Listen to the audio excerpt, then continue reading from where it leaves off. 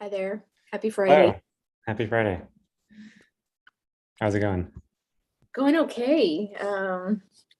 Trying to keep myself off of Twitter and the news headlines. Just watching what's unfolding overseas. It's Yeah, yeah, heartbreaking it's and agreed.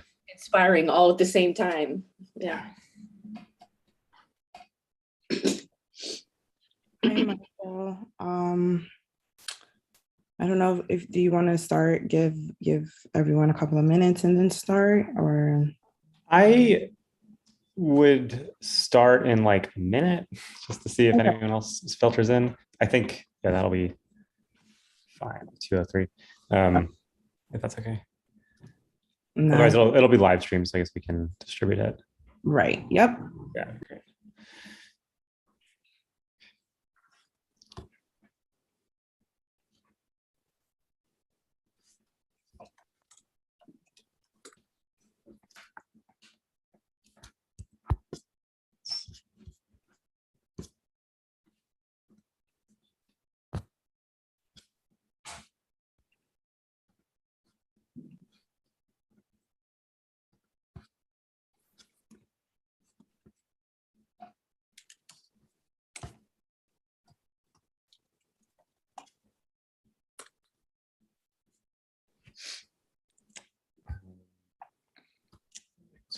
Two.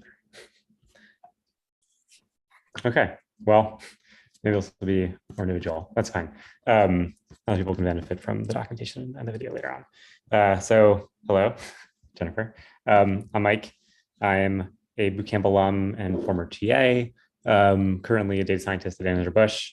And I've put together this 3-session kind of interview prep course. This is the second time that I've done this. I did this once, like exactly a year ago. And Vivian asked me to do it again. So here we are. The main parts of this is the three sessions each kind of cover different technical parts of a data science interview, a generic data science interview. They don't all follow all of them, but kind of the general things that are covered. And there are the coding tests, data challenges, and interview questions, or technical interviews. Today, we will be covering technical interview questions. So since it's actually one-on-one, this is going to be kind of a mock interview, but that's okay. And we could go through it together. I've essentially compiled from my memory all the technical interviews questions that I was asked when I was interviewing. And so, yeah, I think before I go through them, just like a quick anatomy of kind of like what to expect in technical interviews, and then a few tips that I thought are helpful. They're generally 30 minutes to an hour long. I've never had one longer or shorter than that. I think I've had like a 45-minute one, but that's typically what to expect. They can be like one long brain teaser or case study type question. I had that, I think, for 2 different places. Or they're just like rapid fire questions, which is generally what I saw. So generally it was people asking quick questions. So these are the types of questions that we'll be covering today. So you'll get a sense for what those are in a second. And then they always leave some time, like 5 to 15 minutes at the end, to ask your own questions to them. Yeah. So I think some general tips that I thought were helpful for me when I was going through this were admitting when you don't know things. I think like I go in trying to, kind of BS your way through an answer, I think is an immediate red flag and like not worth doing. So just like if there's something you're not like sure of, I think that's okay. Just you could say like, I'm not aware of that terminology or something, and give the best answer you can. Explain things in your own words. I don't know if anyone, don't try and memorize answers to things and just regurgitate them. Yeah, I think explaining in your own words is the best way to do about it. And then it gives me a good sense for what you actually know. One tip. I had some interviewers that felt like they were mostly just asking a question, waiting for a specific word to come back to them. Sort of like an example question, which we'll do later, is like, what is the, I have to remember this, like the loss function for a, or what are you optimizing for in like a decision tree or something, or like And I believe the answer was like Gini impurity. And they were like waiting for me to give that specific answer. So if that's the type of interview and they seem to be like really intent on like getting specific vocabulary, just give them the vocabulary. Yeah.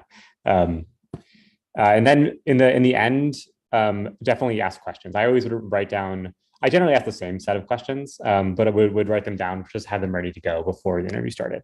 Some questions that I would like to ask them are like, what projects are they working on? I always asked what the structure of the team that I'd be joining is, and then often follow-up questions to that. So like, how large is it? Are they hiring? Are they growing a lot? Like, why are they hiring? And what is the structure? Does everyone report to one manager? Or are there multiple layers and things like that? And then I would always ask what their work-life balance is and get a sense for some of the culture from that. Yeah, okay. So let's just get to the interview questions. I was planning on going through this essentially sequentially. I think it'd be best, yeah, if you could try to answer them. I think we can work through them together if you want. You don't have to. Before it was collaborative because there was a larger group, so it felt less bad. We can also go through them, and I have some from before with some of the answers written down, so we can also do that. Yeah, I guess like, I don't want to put you on the spot. Oh, maybe I'll help. Okay, great. Yeah, before it was like 5 or 6 people, so it didn't feel as bad to just ask. Yeah. Okay. I'll just quickly, so hello, Sherry, I think. So hello, hi. Hi. Sorry. No worries. Sorry. Yeah, thanks for joining. Yep. That's not a problem at all. Just a quick prep for what we're doing. So this session was supposed to kind of go over the like technical interview part of a data science interview. So this is like one-on-one with usually another data scientist at the company, asking technical questions. So what I've did for this was just write down from my memory all the different types of technical questions that I had when I was interviewing. And the plan was kind of go through them together and try to work out the answers together. Originally when I did this was a larger group, so I just asked the group, and then someone would answer, but I don't want to put you guys on the spot to answer all of them. So I think we'll go through them. We'll talk about them. I also have the same thing, but with some of the answers written down, so we could also go through that together. But anyway, so are you down for that, Jerry? Yep, fantastic. Okay. Thank you. Cool. Yeah. Okay, so let's start. So I think the first bit is in your own words, can you describe linear regression? And if you want to, you can. Otherwise, I'll try my best. I'm a little out of practice, so I'm not going to do that. Okay, so I think like it's okay to be very general. So like, yeah, a linear regression is trying to plot a linear function to a set of data or something. And I wouldn't expect them to expect you to like go through the details of exactly how it's calculated all right away. So something like that's okay. Next, like, what are the main assumptions of linear regression? So like, yeah, there's the 4 main assumptions that you have to make a linear regression a viable model. That they're linear. Yeah. And I don't actually have them written down. We can Google it. And that word heteroscedasticity. Yeah, I remember that one. Which can you remember like roughly what that is? Like that's when the variance is not constant. Yeah, I believe that's roughly right. Yeah, or that's right. Variance. I think if we were to clarify, it was because they do ask. Like I think it's the variance of the error, right? Okay. Or it's the variance. I don't know. Sorry. Yeah, the variance of the error. Like I can't remember if the error or just. Anyway, just we all remember roughly what these are. Yeah.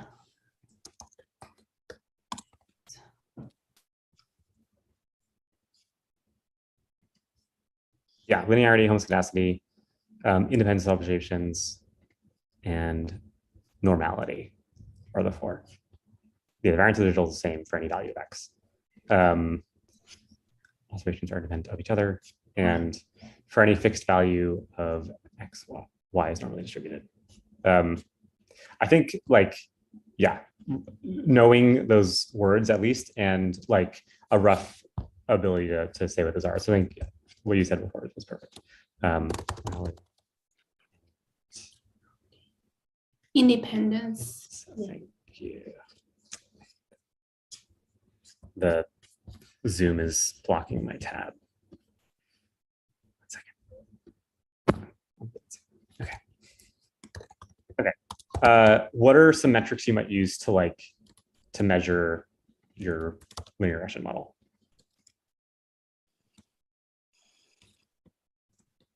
Maybe like.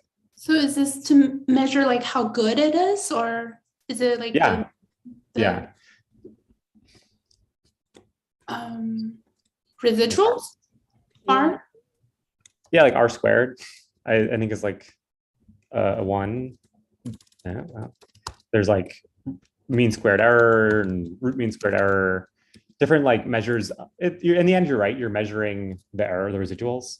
But I think you want some metric that to spit out to say what the residuals are. I think, yeah, R squared, p-values, yes, p-values of the coefficients, yeah, are all good answers.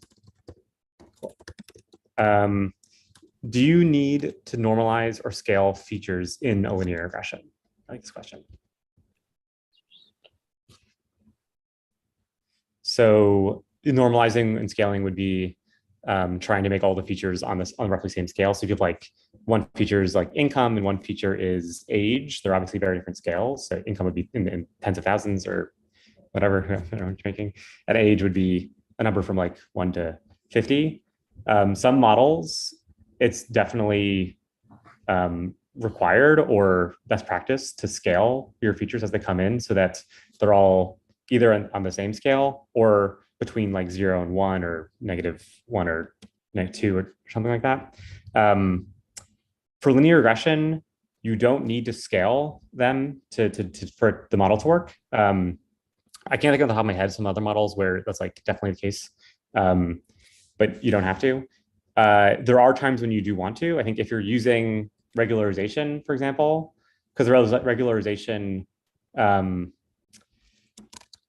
say sometimes, regularization tries to reduce the size of the coefficients. And so if you didn't scale something like that, and you had this example of income and age, it'll try to like shrink your income by a ton because it's a large coefficient, something like that. Another reason you might want to scale or normalize the features is if you want to use the size of the coefficients to kind of get some sense of the importance of a feature, because the coefficient has a direct meaning of like, when I change this feature by some unit, you're changing the target variable by some unit, by the slope of the coefficient. And so to compare them, you'd want to normalize your scale features first. So sometimes.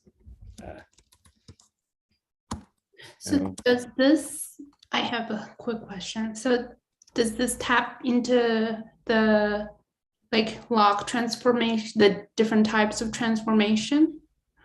This, I think that generally, like I don't, that's more, I think, for trying to fit the features to this. If they aren't linear, or if they are normal or something, then I think I would do that sort of transformations. Mm-hmm. That's sort of a different case. This was just generally, again, that's a good part of the answer too. I think like if it doesn't fit some of these assumptions and you wanted to make it fit those assumptions, you could also transform. So that's actually a good point. Does that? Yeah, I'm just thinking Okay. because like usually you have limited amount of time to give the interviewer the answer that they want. They want to see and tap. Yeah. Answer. And I wasn't sure if that was like part of the scope of what this question would usually like be intended to get out of you, like usually when you're talking to an interviewer. Totally. I wasn't the interviewer, so I can't say exactly what they were thinking, obviously. Yeah. But I think if you give a like reasonable, like, I would want to transform the features because they might not fit these assumptions. And that's a reasonable thing to say that that's great, showing your knowledge of the thing, showing that why you would want to do that transformation. So I think it would be good to go that direction for sure. Yeah. But I yeah, because they're really just trying to get, do you know what linear regression is? Do you know the depths of these things? How much do you know about it and things like that? Yeah. I'm not gonna write this all down. What are different forms of regularization? Can we think of maybe 2 different types of regularization for linear regression? Ridge regression is, I think, the L2. Yeah, exactly. Is the L2 transformation? It is. I remember that one. Regularization, where they use the Euclidean distance.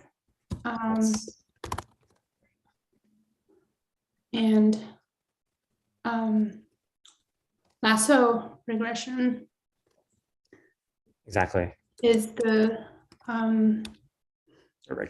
regularization is L1, I think, where it uses the absolute value. Exactly. And would you, I guess, like, what's one benefit of lasso regression? It could zero out exactly the coefficients that are not like that are not important, or I'm not exactly sure how to explain this. Actually, maybe it's better if you explain it. And so, like, it could. I think got asked this question actually, like in one interview. So I'm going over. Yeah, I would say, I think it's based on the size. I think it's least important. I don't know either, but my guess is that I'm assuming that they're normalized and scaled. You obviously want to do that before you run a lasso regression. The features that are the least important. So the smallest when you're running them. Yeah. So I was asked. So sorry to interrupt. This is the whole point. This is great. Yeah. So I was asked actually, like, to explain the difference between lasso and ridge regression. But when I mentioned like absolute value, Euclidean distance, like the interviewer just sounded confused, and it almost like she wanted me to like explain more in plain terms.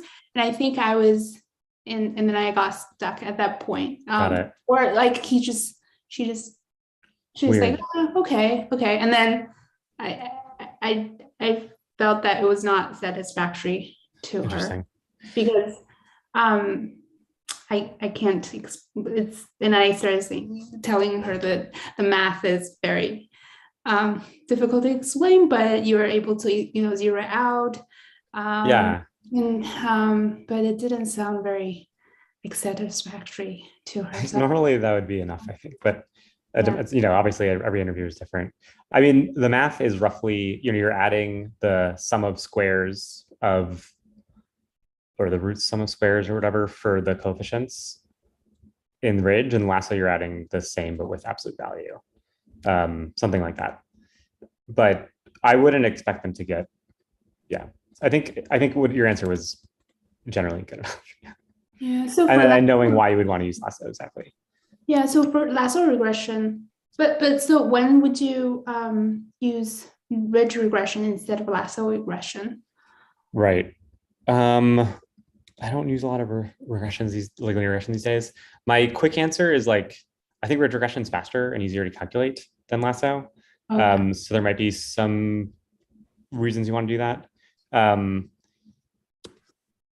think, or if you don't want all the features to zero out, maybe you want to do some this is a weird answer, but maybe if you want to measure 2 relatively unimportant features, and you want to still have some coefficient to measure them or compare them, maybe. But I think my first guess would be it's easier to calculate. You can you can perfectly calculate ridge regression. Lasso, you need to use some sort of optimizer or solver. But that's a little nitty-gritty. Okay, let's keep going. This is good. How would you figure out if a linear regression is working well? Like if your model That's good. And this is pretty similar to an earlier question. R square, you use the different metrics. So you can R square. And I think I would say, yeah, okay. And this one they said versus the training. But that's good. Yeah, using different metrics that you'd have. How would you measure the feature importance of the features in a linear regression? That's just the coefficient, right? Exactly. And so if you normalize everything, it's the size of the coefficients. And then I believe it might be worth mentioning like p-values and things there as well. So you can see how statistically significant those coefficients are. You should be able to get that for each coefficient, I believe. Oh, that's the next question. How would you test that a particular coefficient is significant? P-value. Roughly clear? Yeah. So that I had interviews where I've had a few where they would basically go in this progression where they'd start linear regression, go to logistic regression, go to more general machine learning, go to decision trees. And so we'll follow that same structure. Okay. Next question. This one actually I have a hint already. Explain logistic regression generally. It's a classification method that models binary or like in general categorical outcomes. Yeah, that's great. Yeah, I think that's good. This answer gives a little bit of extra, just saying like it's using the sigmoid function to binary data. And the loss function it's in minimizing is the negative log likelihood. That's like as much as you'll need to know. So I think explaining it just generally is good. How would you measure if a logistic regression is working well? I think we can get into this one a little bit. And then maybe in general, how would you measure if a classification problem is working well? So there are a few different metrics. Right. Let's say like the most general one. We can get into. If you have perfectly balanced data and stuff, and you just want to just check how a number to say if it's a good model or not. Can you use type 1 and type 2 error? Because usually like, you use the confusion matrix, right? You usually graph the confusion matrix. Yeah, exactly. From and the matrix, you can calculate the different metrics, whatever you need. Exactly. Yeah, that's exactly what the answer I would give. It's like the confusion matrix, and then you can get everything else from that. So the most basic is like accuracy, just is the classification right or not? And that's accuracy. The reason you often like use type 1 and type 2 and like precision and recall and all those different words for different measurements, which they're all just using the confusion matrix, is when you have imbalanced data and when you care more about if you're the type of error. So if you're false positives or false negatives or false positives, false negatives, I think they all need. So if you care more about one of those, you would use something like precision recall or whatever. Yeah. And they all come with the confusion matrix. So I think that was great. I still don't have exactly these memorized. But if you are worried, you could memorize exactly what these definitions are, or I think talking through and saying like how you would calculate them generally and the different types, I think is enough. Cool. How would you handle having an imbalanced data set and doing a logistic regression? So this is, you're in your training set, you only have 1 or 2% or some small percentage of false or one of the two things you're trying to classify. So you're trying to split these between like 0 and 1 or something. You only have like 1%, 2% of zeros. I honestly was just asked this question. No worries. in the interview just this week. So what I said was you can upsample, and then he said, oh, what is upsampling? How do you practically do that? So I said you can simulate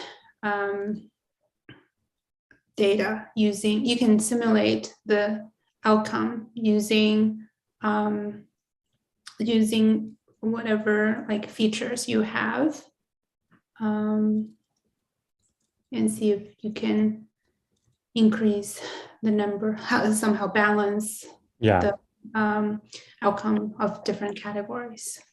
Yeah, I think that's definitely one way to do it. Just like, make more data, and using data points you already have to do that. One thing which is like a simple way is just weighting the class, the type with the lower number. So if you're weighting them higher, so in your regression, getting those correct would mean more. So in your actual, like in the log likelihood or whatever function, and this will in most implementations of logistic regressions, like in sklearn's logistic regression, it's just an option when you make the model. It's just like weighting, and so it'll balance it out. So if you're correct on the version that's the classification that's missing the most, it'll weight that more. So it'll purposely shift your model to more accurately guessing the type of data that you're missing more of. Sorry. So weighting and upsampling is essentially the same thing, or can be the same thing, where you're just adding in rows of the type of data that you're missing the most of. Is that somewhat clear? Sorry, I was using words kind of badly there. Those are two that I would start with, though. Oh yeah, there's another version. Yeah, so that's what we said. So upsampling, the minority class. That's a good word, minority class. The other, so in a logistic regression, you're fitting a sigmoid function, and there's some value that it's thresholding to say that everything on the one side is, the 1 or a 0. You can change where that threshold is, and that is another way. So if you want to like catch more of the things that are on the borderline, you can move the threshold so it's to the side. Does that somewhat clear? Usually I think it's 50%. So if it's like, because the logistic regression is sort of outputting a probability, and it says if it's 50% or above, it's a 1, otherwise it's a 0. You can move that threshold so that everything above or below is one or the other. Okay. But variance bias. I think any machine learning, any data science interview question, they will ask this. So what is bias in kind of machine learning space?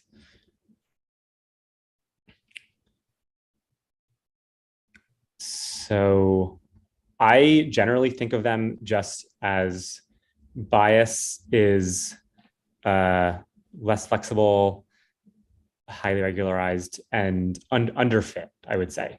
I have a chart here which kind of shows nicely where variance is sort of overfit. There's probably a little more nuance to that, but that's generally how I think of it. So a biased model would be a model severely underfit. So in like the regularized versions, like in a linear regression, where it's just like a horizontal line or something, where it isn't very flexible and doesn't work well for your data set. Variance is like a different version where you're overfitting to your data, and so your model is like this very complex model that's picking up all the kind of like noise inside of your data set, but it makes it less, so it's very accurate to your training data, but because it's so overfit to the noise that's inside your training data, it's not going to fit as well to your test data set. And I think the nice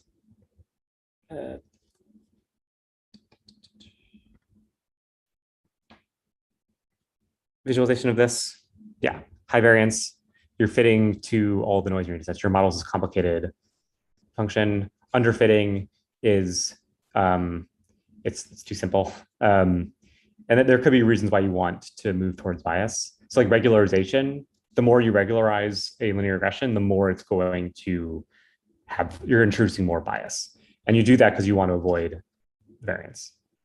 And then a perfect mix is something like this. Okay, cool. So moving on to decision trees and random forests, etc. Do you want to try and explain how a decision tree, or what generally a decision tree is? I'll say maybe like a binary decision tree.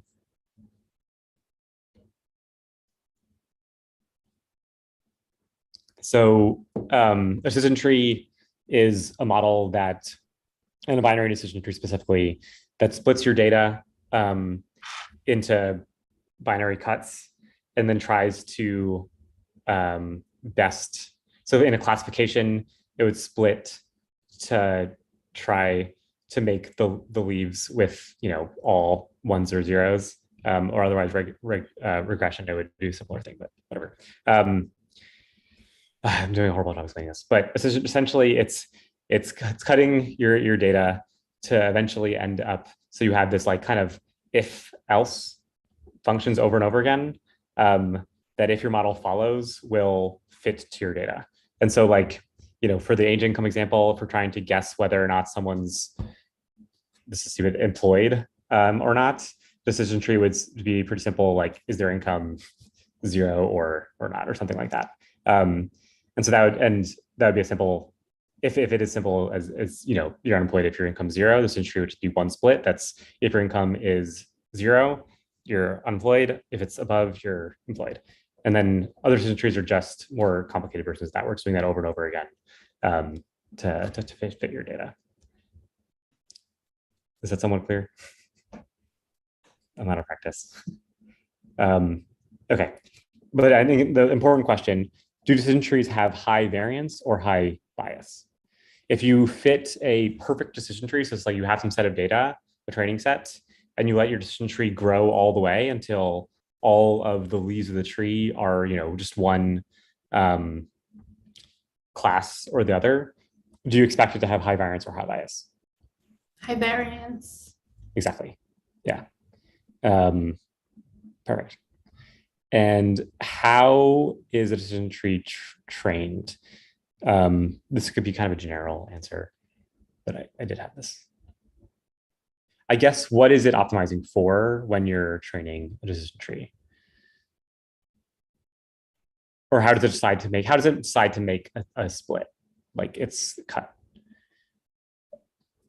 The word that I think they were looking for when I asked that question was like, it's a greedy algorithm. So at each option to make a new split, it makes a cut, which is going to give the most minimize the Gini impurity or something like that. impurity. Exactly. And so that the new split is going to have the most splits of the two classifications, or yeah, greedily cuts. Check if that's the right word these days, but okay. So what is a generally, what is a random forest? So it creates different trees based on a bagging algorithm. Mm-hmm. And then it averages I think it takes the average of the is it featuring trees or the trees, the number of trees? So it trains like some number of trees, and then the result that it gives, I believe, is the average of a tree. So like in the classification version, if most of the models are saying that it's a 1, the random forest will output a 1. If it's most of the trees are saying they're 0, then the other way around. Yeah, but it's an ensemble of many decision trees using bagging, and then I'll ask what that is in a second, to then reduce the variance and make a more generalizable model. Is the idea. Yeah, what is bagging? Bootstrap aggregate. Exactly. Yeah. Bootstrap aggregation method. Yeah. Yeah. And maybe like in your own words, you can try to define that. Don't have to.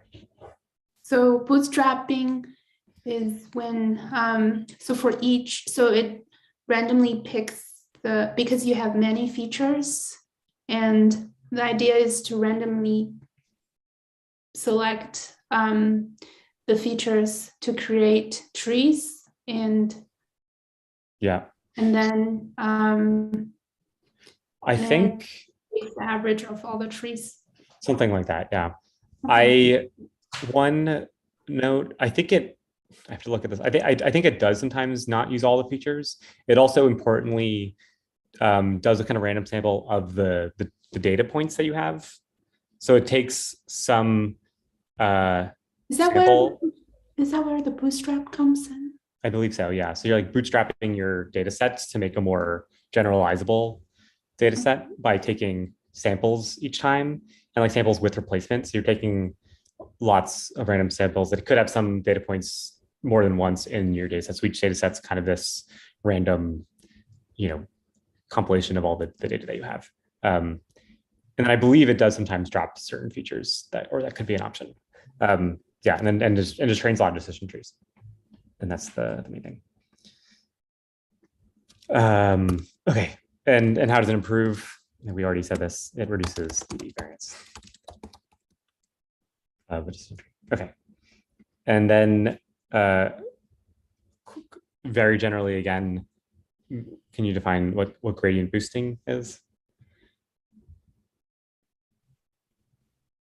So in like decision tree space, and this is like the question and how I answered it exactly, which is very generically like when you're training random forest, it's just training lots of trees, and it's not using the previous tree to decide how to then continue. It's just training over and over and over again, and then not using any information between models.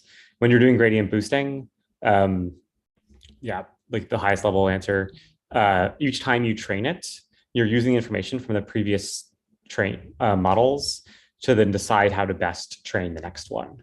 So you're sort of using information as you go. That's my most high level answer, but yeah. Okay, these are more generic machine learning questions. How would you handle a data set with too many features? Some methods or things you might do.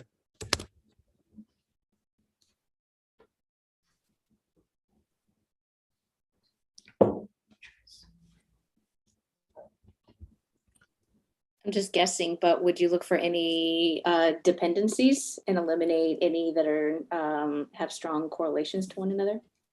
Yes, for sure. Yeah. One word like multicollinearity is a word people throw around, but it is exactly that. If they have correlations between features. So if you have two features that are essentially saying the same thing, you don't need both of them. Yeah, exactly. A generic term, which I think could throw out, is feature selection. So you go through a feature selection process where you might do EDA and then say, these are the features based on my EDA that I think are the most important. You can do stuff like that. That's a reasonable answer. There are methods you can run. So before we were talking about lasso, people use feature selection. There's a technique called like PCA. Oh, VIF exactly is another. I forget exactly what that means, but another method. PCA is an algorithm that'll reduce your many features to a smaller number. So if the amount of features is a problem for your model, you can do something like that.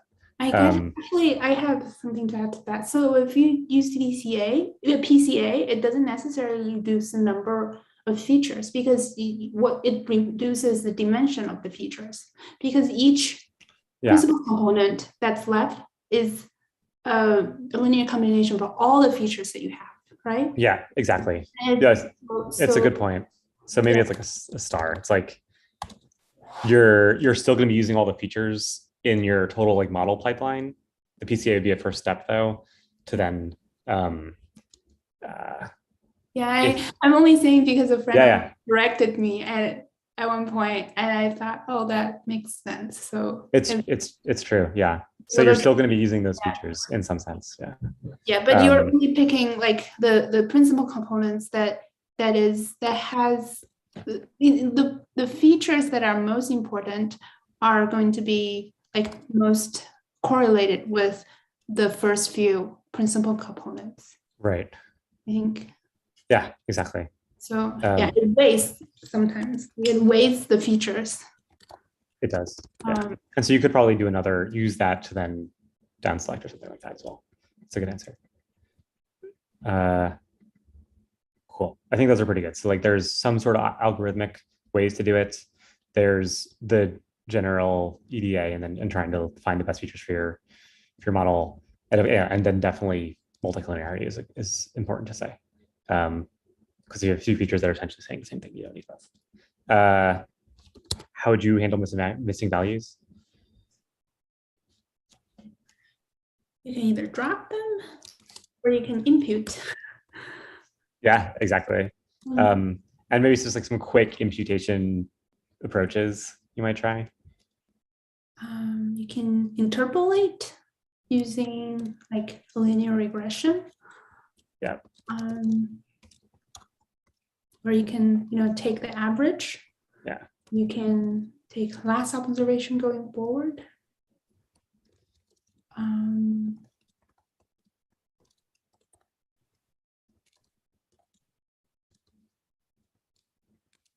Yeah, those are great.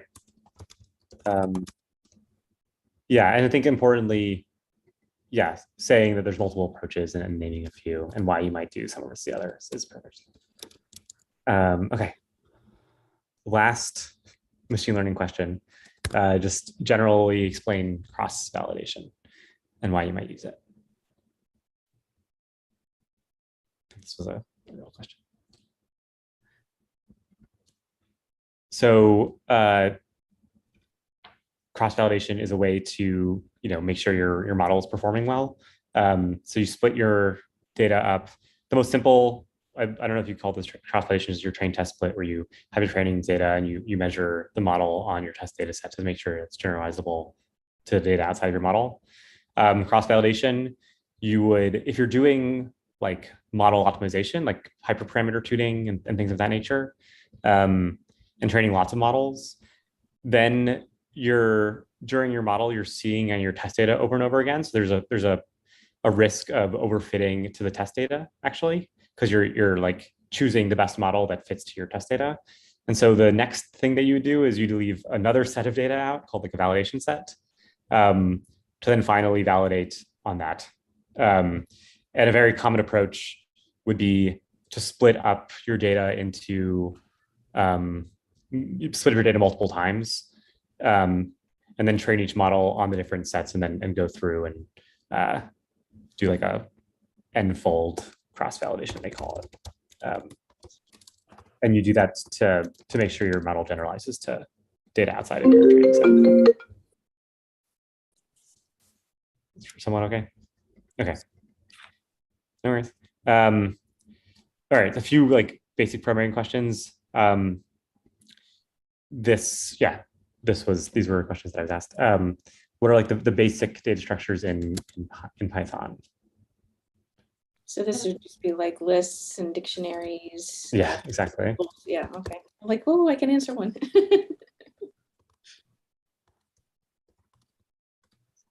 Sets. Sets. Yeah, I think those are good. That's what I probably would have said. Strings. Did you say like data sets, data frame, and series? Well, I would argue those aren't basic because they're from pandas. Okay. But if you said, yeah, I think that would be okay. But those are based off of other, data structures in Python. So like, yeah, when you like import, when you just open up Python, and the first things you could do without any imports, sort of. This we don't have to get into too much, but the difference between like a list and a NumPy array. Yeah, the guy who asked me this question.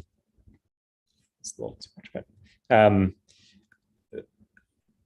I don't have a good answer for this anymore. But so I mean, NumPy array like mutable lists. Great question. I actually don't know if a I NumPy don't array, know. yeah, that if it is immutable, that's a good answer because lists are immutable. Yeah. But also generally, I think they were asking me sort of which is more efficient and why. And I didn't give a good answer, frankly, but you know, underneath the hood, I think NumPy is using like C++ and some other things to like optimize things. And the way that it stores things in memory is more optimal. Yeah. Anyway, don't stress too much about that, but it was something I was asked. And then similarly, yeah, which would you expect to be sorted faster? If you just like make a list in Python or a NumPy array? And then using a built-in sorting algorithm in those modules. I have no idea. C++ is faster. I don't have good answers for why, but I think that generally, yeah, that's generally true. It's okay. Okay, I think we're doing pretty good on time. A few math stats questions, and then a few like generic questions we can talk through. So most of the data science interviews I had primarily stayed up here, like doing these machine learning type questions. I had one place, Capital One, that asked me a ton of questions that were all pretty much variants of probability of dice roll questions. So depending on the company, they might do this sort of thing. So yeah, you could prepare for it. I sort of suck at these, but that's okay. I didn't get the offer from the company. So what is the, yeah, so like they take the form of something like, what is the probability of getting 2 of the same number when rolling 3 dice? The same number. So it's like, yeah. And I would, if you're expecting these sort of questions, I think doing review online of this sort of thing. So 1 out of 6 squared? Something like that. Yeah. I actually simulated it because I wanted to see. So this gave roughly something like this. The answer that we had before from last time I did this was 5/12. And the reasoning was something like this. Honestly, I don't love these. I could work through it, but I don't want to like tease my brain right now. But if you're expecting these sort of questions, yeah, I mean, it is something you might be expected to answer. So you can be ready for it. This was also kind of a weird question. What happens to the like observed? So if you have a random variable, doesn't matter what it looks like, and you're drawing from that random variable, and then you make a new random variable, which is just the draw of that random variable, sort of. What do you expect to happen to the variance of that drawn random variable as you draw more times?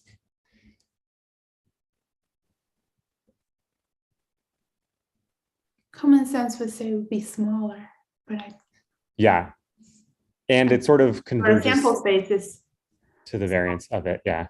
Yeah. Yeah, I said smaller, and that was enough. So, Okay. yeah, great. Okay, and then in your own words, like what's the difference between like Bayesian and frequentist statistics?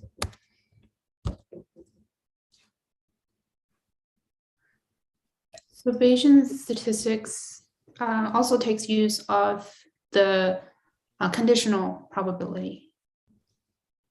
It does. So it takes into account of what happened in previous tries. Yeah. Yeah.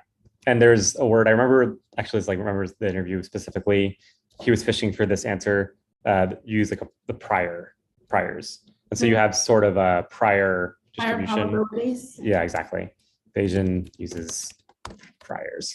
And so you're updating your the distribution based off of your new examples, but you have some sort of prior. And then the updated distribution is a posterior. Right. Yeah. And so you're shifting. Or frequentist you don't have any priors. It's just based off of the observations that you're making. So like, let's say a very, very quick example, flipping coins, I'd expect it to be 50%. And so if I flip a few coins and it's like, if I flip a coin 3 times and it's a tails every single time, I'm still going to think that that coin is roughly 50% odds. I'm not going to immediately think that it's weighted or something until I start getting lots of them. And so like generally how people think is sort of Bayesian. So if you were trying to like take 2 approaches to measuring the probability of a coin flip, one would be like, okay, I'm assuming that it's not weighted or anything. So it's going to be 50-50. And so it takes like more samples to move that posterior to something else. Where a frequentist who sees just the 3 tails would assume that it's, you know, more likely to be tails or something like that. Okay. We don't have to go through this, but I think like an important thing to be ready for is just explaining a machine learning project that you've worked on. At most interviews I had would ask that question and basically just want to talk through with you the machine learning project that you worked on. So from the bootcamp, or if you have some other projects, I would just be kind of ready to talk about them. 1 or 2 that you like the most. And then, yeah, talk about how it works in your own words, what you would do if you had more time to work on it, things like that nature. Yeah. Okay. Another question, yeah, that I had was something like, just generally, you're a data scientist at a company, they're trying to work on a promo, so like ad rollout or a type of ad or something for a new product. Maybe the new product's already defined and designed.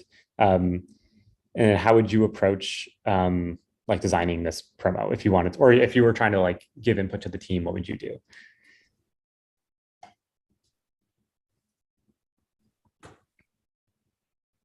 It's hard.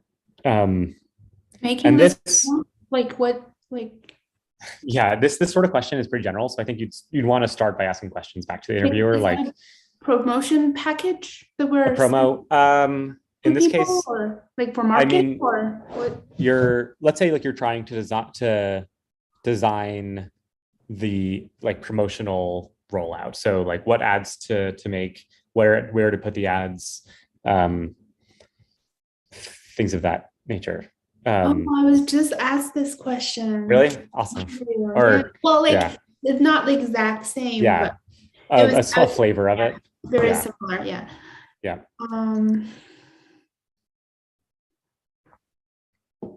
Yeah, I think the approach that I would take to this is like asking them some questions like, what data do I have? Yeah, I think what data you have is an important one, and if they can, then you can kind of go from there.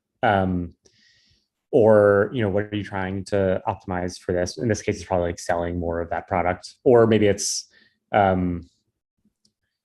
trying. Let's say I would turn this into a more conversational question. I believe this, I think this was asked for Anheuser-Busch, and I essentially gave an answer like, you know, given the products that you already have, can you try to come up with something to match this product to those types of products, then see what worked well for those products. So that sort of thing. So then you can go back to old data based off of, you know, that matching that you did. So let's say, yeah. And then see, you know, where are those other products selling well, what worked for them before, if you have data on how other ads and things like that worked before. So that kind of question. And then I remember they asked like, okay, how would you choose 2 products to say that they're similar or not? In this case, it was beer. So like, how would you say 2 beers are similar or not? And that I just gave, you know, features that I would imagine, like the taste, something like the ingredients, how it looked. So like how the product looked on the shelf, stuff like that. And that's it. This is a similar flavor to the same question. You know, there's a new product that's going to be entering the market. How would you approach trying to estimate the sales of that product? And I gave a very similar answer, you know, looking at past sales of similar products, and then going into like how I would match, what type of data I would look at, and things of that nature. Okay.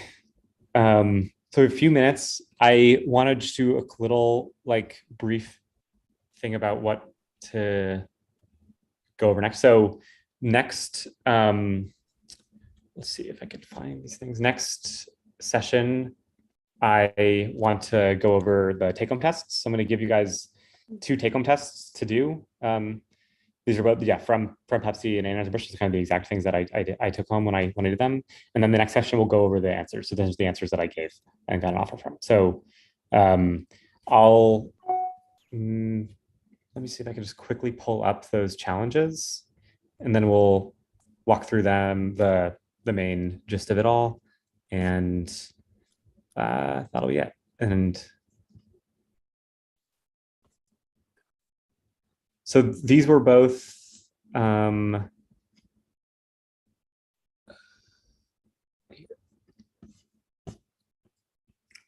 these were both given to me. I think I had like 3 or 4 business days to do them. And I don't know if they said that you're only they said it takes no more than 4 hours. I spent a lot more than 4 hours on them. I think I basically worked full time on it for like a day or 2. So and I don't, they're not gonna measure how much time you took. Obviously they can't. So I think that's okay, as long as you don't give them like a book after. The output is, what I would give them is an IPython notebook. So I would just do all my work in a notebook and give it to in the end. So this is the Pepsi one. They have simulated data, which has a product date, whether or not it was promoted, the price of that product, and the sales of that product in a time series. So it's a row with different dates, and then it's saying whether or not it's promoted, what the price was, and how many sales it was of that product. A few things about it. They should all be unique, product and date. The promo never looks at the price, or is that not related to the price? Don't look into the relationship at all if there's a relationship. And you're predicting on 2019 data. So there are rows for 2019 with no price. And so the main task is 1, clean it, impute missing values, remove anomalies, etc. Do some EDA. There's one feature that I want you to engineer, like it's an important part of it, is the maximum retail price of a product. So this is like an example of one of the rows of the products. This orange line is the maximum retail price. So that isn't in the data set, but they want you to write an algorithm to calculate that, and then use that as a feature. Because that way you can get like what the discount may be by the price. The blue line is the price, and so the difference between the MRP and the price is that. So that's part of the challenge. And then finally, an algorithm that models the relationship between the features that you come up with and the sales. So you're trying to predict sales. That's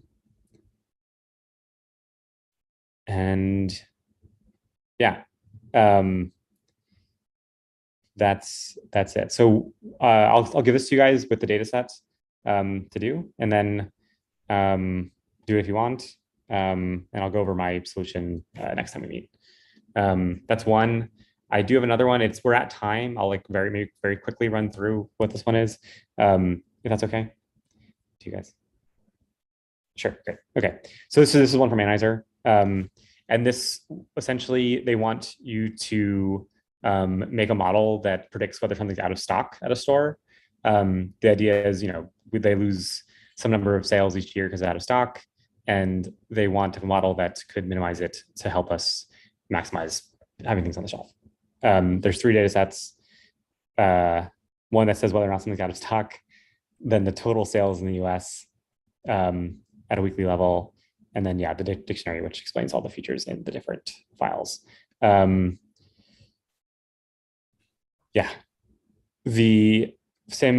deliverables in the end for me was a Python notebook that goes through, does EDA, does cleaning and other things, feature engineering, and then finally a model. Yeah. Yeah, they gave me 5 days. This one, they didn't say whether or not to use just 4 hours. I used most of the 5 days. A warning for this one, I remember from doing this, a lot of the stores only show up in the sales and like not in the out of stock data set, if I remember correctly, or something like that. Like a lot of stores only show up in one of the data sets, which was confusing for me.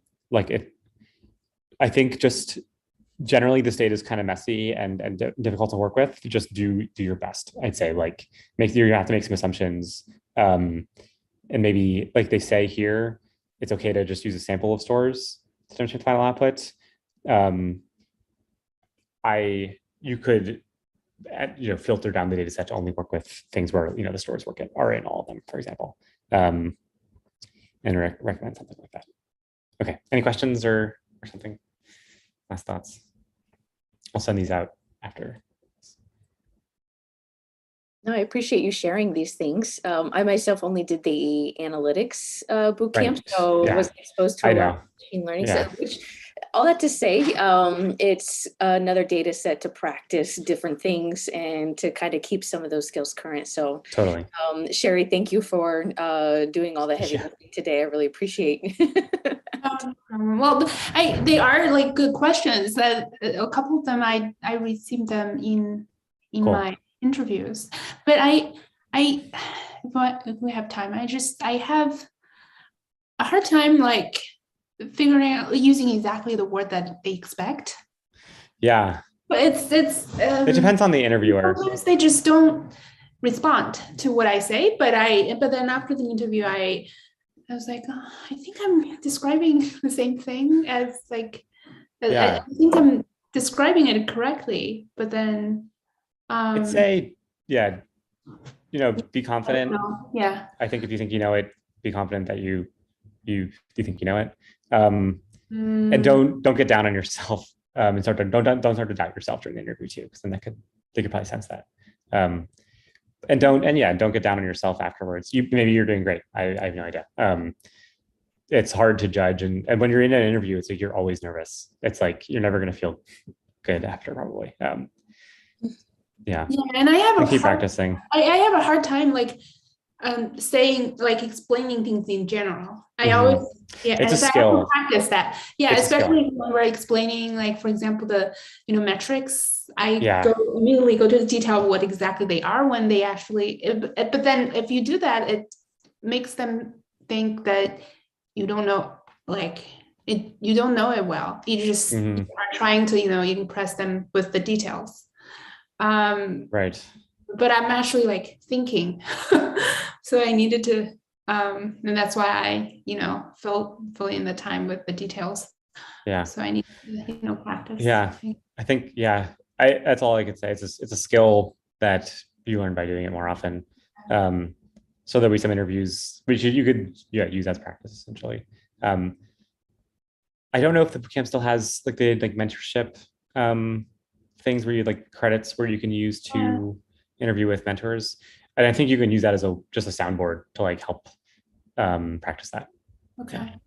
I'm sure that anyone would be willing to, like you can even run through these questions again and try to just give quick answers to all of them or something like that. Oh, that's good. Yeah.